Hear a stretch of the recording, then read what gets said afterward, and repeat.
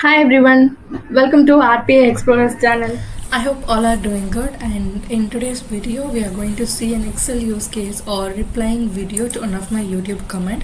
So this is a comment which got comment on this Excel connector methods get methods part 1 video. So the comment is like, how can I get the first free row or column in Excel?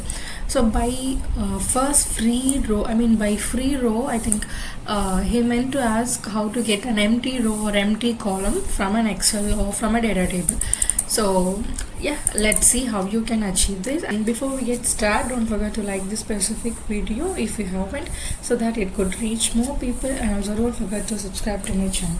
So now let's get into the video. Before we start the use case, I'll show the input Excel, and this is Excel which is called find empty Excel. So I'll open this, and in this Excel intentionally I have this 7th row, which is basically the 6th row, as an empty, and also you have this column CE which is empty. And in C you have some, in C you at least have a column name, and E it's entirely empty. Okay, so as we're going to find the first empty row, let's also add another empty row. So this is my second empty and this is my first empty, and basically we should be getting this, and this will be my second row, right? And let's see, and also we are going to get a row which has the complete empty row in it, not even for example, let's say that I add a row over here, and in this case the row 12 is not completely meant to be empty, at least it has one row value in it. Okay, so we are going to get the row which is completely empty. Okay, let's see how you can achieve it. And with the same logic you can also apply to another row which has at least one row or two row or at least 2 to 3 columns empty. So let's see how we can achieve it, and let's just keep only 2 rows to be empty. We'll save the input Excel, and let's. So in general we are going to deal with an Excel. We will be using this Excel connector method, which is like Microsoft Excel. So I have this connector already, so make sure you add it, and let's double click on it. And here you do not have any method which can really help you to get the row data. For example, when I filter with row, I get this called row values, wherein I have to provide an index to be get, right? And also if you go here, you literally have to provide your columns. So this can be helpful only when you know the number of columns in your input Excel. Let's say that I have 5 columns, then I can add A, B, C, D and E, and based on that you can get the row value, validate if the particular row is empty or not. But what if the input Excel columns may vary from each sheet to different sheet, or from each Excel to Excel. So in that scenario, this particular sheet name doesn't work. So let me delete this, and also you have another options like get cell value, which like you literally have to get and each and every cell value to validate it, which is also possible, but it is not easy as another way that I'm going to tell. So let's look at another way. So if you have already watched my data table connector videos and all, you will be knowing that there is another alternative for Excel which is called table connector, or it's a data table connector. So if you haven't watched it, so you can watch them. I'll tag the link as well. So let's say go to your project explorer, and in the connector you can click on add connector, just filter with table. So I have this table and I have already added that, so let me filter. So this is called data table model. When you add it, I'll double click on it. Okay, so the very first method to use your Excel as a data table is to load it. So let me pick load from Excel, and here you have to provide your file path. So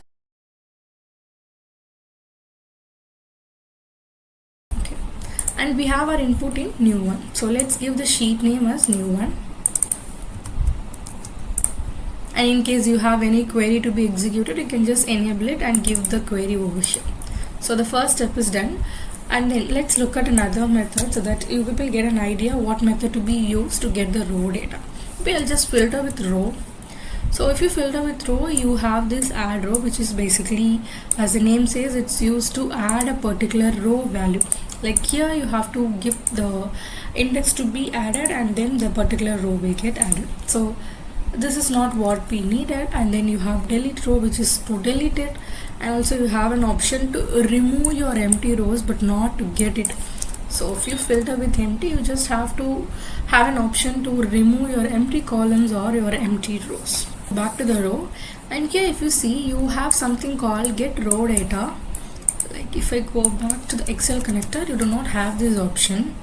Microsoft Excel get row value. So what you have is get row value. So there is a difference between getting a row data and your values.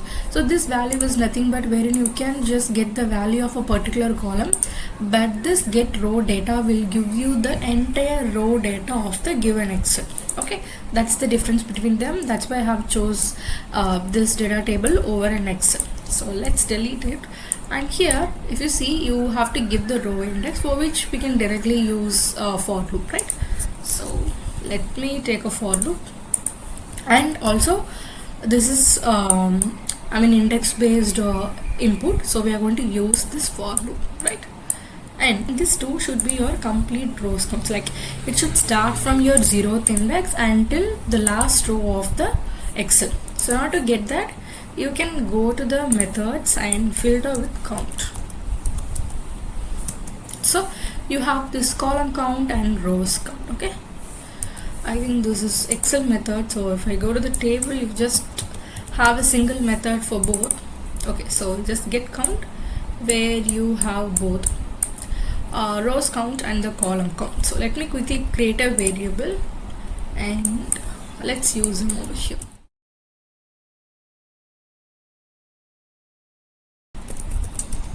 So let's say local variable, and it should be rows count.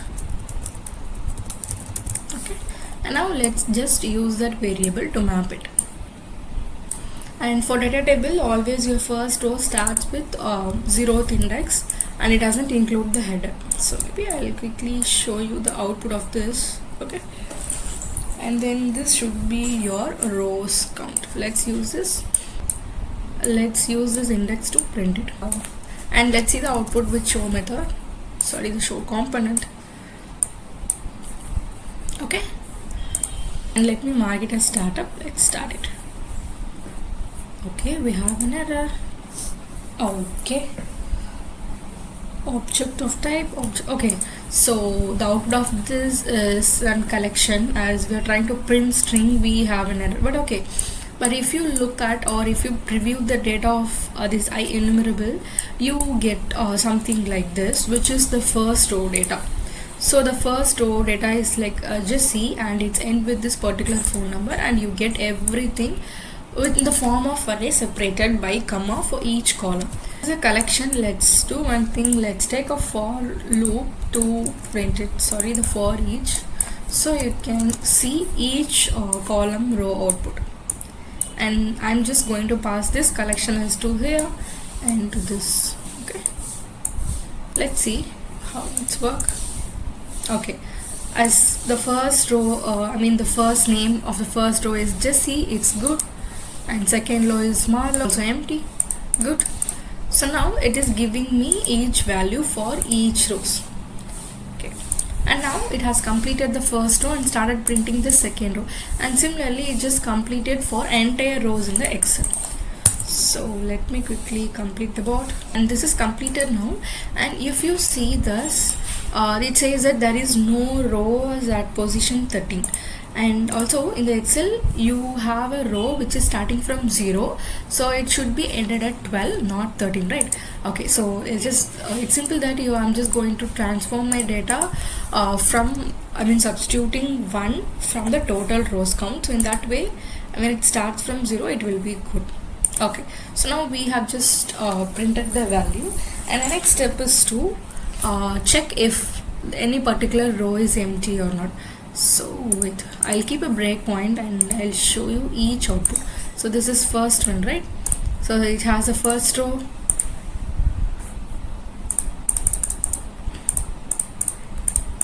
Okay, I don't want to print anything, so let's leave this.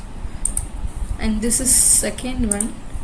Okay, second one is done, and this is third one where the complete row is empty. let's see the output. Okay, this is Jan 1. So this is 4th one. I think the next, this should have some value. Okay, and now this should be empty, which is basically the 5th row. Okay, if you see here, the row which is 6 is empty here, right? So you can see that it doesn't have any values, but it just have an empty array with some empty values in the row. Okay, this is good. And similarly, you can just print everything, and let me stop the bot. And now that we are able to completely get the entire row data, so with the help of this we should be validating whether it contains an empty value or it has some actual value in it, right? So let's do one thing. I'm just going to connect this to here. So since this is an array, let's do this where we'll just validate the length of the collection and we'll try to print it. Okay, so if the length is equal to the number of columns, which is 9 in this case, then it doesn't have any empty rows. If the length is less than 9 or it's equal to 0, it is an empty. So we can easily get that, but let's see the output now. Okay, so the first row which has all the values in it, so it's good, it's 9, and second should also be 9. Yes, third is also 9, fourth is also 9, fifth is good, and sixth should be an empty row, right? If you see, we have the sixth row which is empty, but it still give the value is 9. So let me click on OK.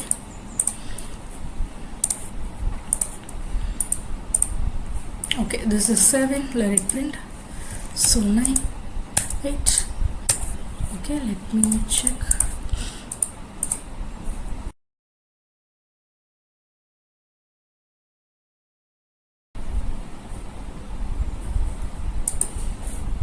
Okay, and it always gives 9 irrespective of the empty row data in the Excel. This is because the collection is not giving you an empty array, it's just giving you an array with empty value. So it means that it still have some data in it which is actually empty. So this is not the right way to find your empty row, as this will not always work for an empty value in the complete row. So let's loop through this, get each value, and then we can validate it. Let's use this for each collection, and this current object will give us what? It basically give us each value, right? So what I'm going to do is that I'm just going to use some string operation or string. Let's take this as null or empty. Okay, and this basically just gives you, if a given string or given input is empty, it's just return true, if not it just gives us false. So this is the current object, and we'll have to take a decision to validate it.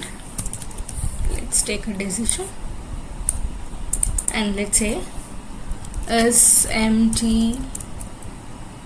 Let's say it's empty. If it is empty, I want to have an incremented counter, so for which let's use this expression. I have explained about these each component in my shorts video, so you can just watch them. Let's have an expression. I'm just going to have some random variable, let's say I plus 1. So this I should be my local counter. So let's implement a variable here. Find. So let's say local counter, and whatever value is incremented, I'm just putting that back to the same variable, and also this should be initialized, right? So let's initialize it before the for loop. Okay, and let's change the type to be integer, and then let's initialize the value to be 0. So whenever the value is empty for a particular collection, I'm just incrementing it, and when the value is incremented, it should be matched to the number of columns count. Let's say first time it's empty, so it's 1, 2, 3, 4, 5, 6, 7, 8 and 9, which is equal to the total number of columns in the Excel. So at the end of loop, we are going to have a validation whether this local counter is equal to this column count or not. If so, you can just print it, or you can do whatever you want to do when you have an empty row. And in this case, we are going to print it. And this is the positive scenario. What if the first value itself has some value? I mean, the first row itself has some value. So in this case, it's Jesse, and there is no point in validating rest of the column. So let's simply break the loop. So in that way, it will not check each and every column and incrementing it. Okay. So I hope the logic is clear now. So we are getting the row data, looping through each data and validating if the particular object or the particular row value is null or not. If it is null, we are incrementing. If it is not null, we are just breaking the loop. Our final decision needs to be done, which is over at the end of this particular loop. So once the complete row data is completed, it just go over here, right, where we should be validating, or we should have a condition. I am just going to take a decision. Let's add that over here. End of the loop. What should be validated? Our local counter should be equal to, so in decision you have to add 2 equal, and which should be equal to column count. And also you can add any string value, let's say CC, LC, whatever or however you are convenient. So it should compare it. So once you click somewhere, it automatically add these two string or your variable as an input parameter. So if both the values are equal, let's display the output that this particular row or column is empty. Okay, let's say that. Okay, I'm just going to display with the index, right? Okay, let's say index, whatever index we get, so let's transform that value. I have already explained about this as well, so you can watch all that video if you are not clear. Is found empty. So let's say index is found empty.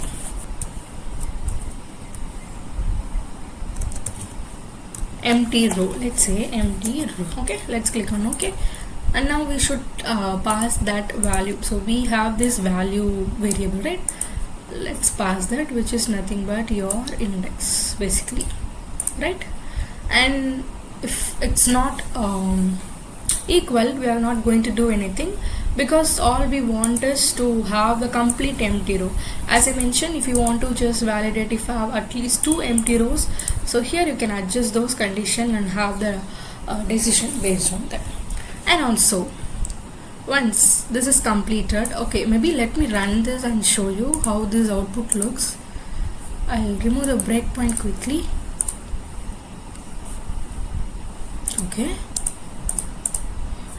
Okay, we do not receive anything in the output. Let me check. No problem.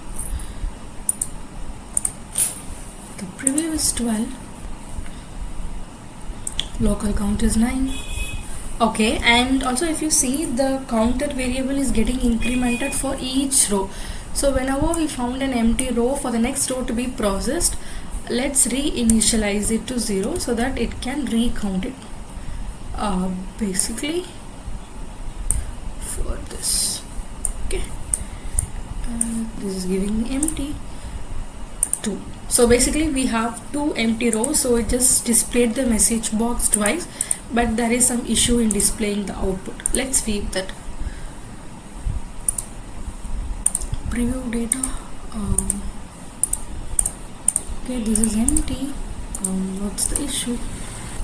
Okay, I think it should be converted to string. Let's do that.